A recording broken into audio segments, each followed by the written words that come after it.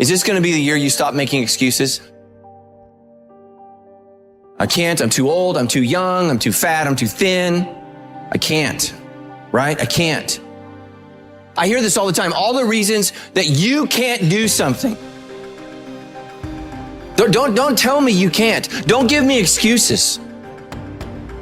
What's the reason you've given yourself why you can't be successful and you can't be better? There are people out here that could be more successful, but you have fought your way into a depression. You have fought your way into gravitating and moving into the direction of anything and anybody that's negative.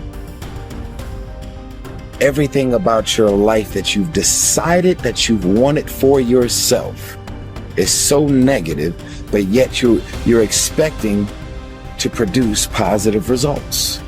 And it doesn't stop if you don't make it stop. So recognize the excuses are not valid. They aren't. They're trumped up. They're conjured up. They're fabricated. They're lies. And how do you stop the lies? You stop the lies with the truth. And the truth is, you have time. You have the skill. You have the knowledge and the support and the willpower and the discipline to get it done.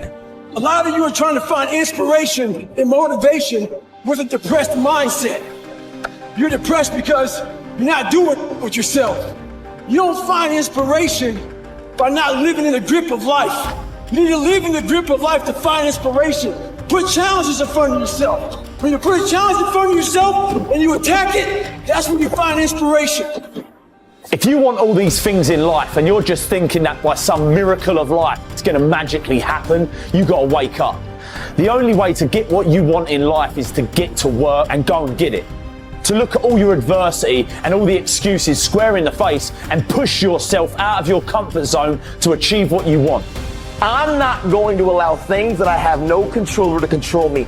The only way to go about doing the work is get raw and get intense, get angry and aggressive, and make it happen for yourself. These test days, guys, these are the days that test your qualities. They test your characters. They test who you think you are. They test your fortitude. They test your endurance, your discipline, your grit, your dedication, your determination, your mental toughness, your character. Everyone wants to feel like a winner. And feeling like a winner requires that you win. You get the feeling of the winner by completing a task 100. When you do this repeatedly, eventually you develop the habit of completing the tasks that you begin. When this habit of task completion locks in, your life will begin to improve in ways that you cannot today imagine. In psychology, the reverse is always true. The incomplete action is a major source of stress and anxiety. In fact, much of the unhappiness that people experience is because they have not been able to discipline themselves to follow through and complete an important task or responsibility. If you have ever had a major assignment that you have been putting off, you know what I am referring to.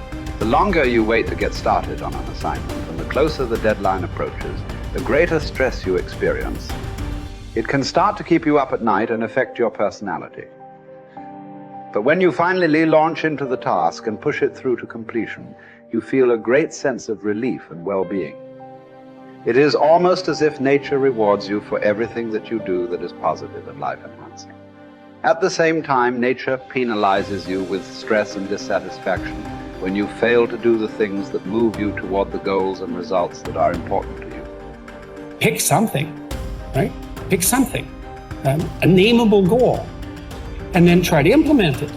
And what'll happen is you'll learn a lot by trying to implement it. And one of the things you might learn is what a slightly better goal might be. You know, because if you try something diligently and you succeed or you fail, you're going to learn from the effort expended in the detailed implementation of the goal. It's going to inform you.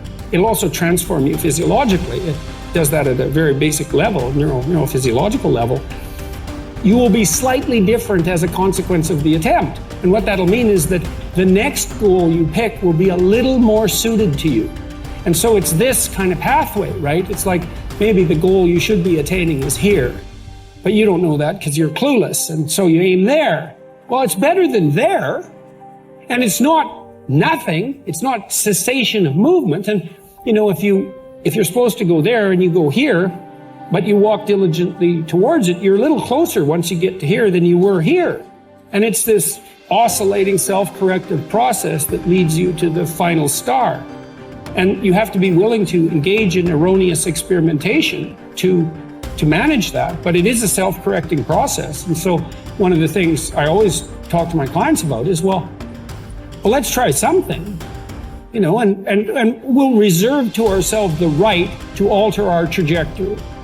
And then I would use as a corrective there, because you might say, well, how do you know when you're not just giving up, right? Instead of thinking maybe you need a different goal. And I would say, well, you can, if you're really concerned about your proclivity for self-deception, you can enter into a contract with yourself that you won't replace any goal you've set with a goal that's easier. And so you can switch your goal, but it has to be a little harder so that you check yourself against that tendency to withdraw and avoid and be self-deceptive. And that works like a charm. And if you do that with some degree of diligence, your goals will get better and more attainable, and you'll get happier too, because you don't experience happiness except in relationship to a goal. And that's really worth knowing. You know, and that's another thing to think about too. If your life is meaningless, well, you're not pursuing a valued goal. I mean, you might be depressed too, and sometimes that can be like an illness, you know, something that is really wrong with you. But a good rule of thumb is that if you find no joy in life, there's a very low probability that you're pursuing a goal that you regard intrinsically, like in the depths of your temperament, as worthwhile. And that's technically true, because we do in fact experience most of the positive emotion, let's say, that's associated with emotions like joy. We experience that in relationship to a goal. So, well, then you want to find a goal that regulates your negative emotion and that brings you a certain amount of positive emotion and that expands your competence as you pursue it. And you will experience that as meaningful. That's really what meaning signals. Meaning signals you're doing all those things. You say, well, that's not real. It's like, don't listen to the semantic chatterbox so much, right? There's levels of you that are far wiser than that. And you can watch what happens to you instead of noticing what you think. The way that you develop courage and confidence is with knowledge and skill. Most fear and doubt arises out of ignorance and feelings of inadequacy of some kind. The more you learn the things you need to know to achieve your goals, the less fear you will feel on the one hand, and the more courage and confidence you will feel on the other. Think about learning to drive for the first time. You were probably extremely tense and nervous and made a lot of mistakes. You may have driven erratically and been a danger to yourself and others. But over time, as you mastered the knowledge and skills of driving, you became better and better and better, and your confidence increased. Today, you can quite comfortably get into your car and drive across the country with no fear or worry at all. You are so competent at driving that you can do it well without even thinking about it. The same principles apply to any skills you need to learn to achieve any goal you can set for yourself. There's some times where the mind gets overwhelmed and you cannot slow it down. But by these certain tools I developed, by not allowing your mind to get away from the moment. You have to think about the exact moment that you're in. But I saw when I was younger, the moment became too big. When it became too big, I spazzed out and I would quit.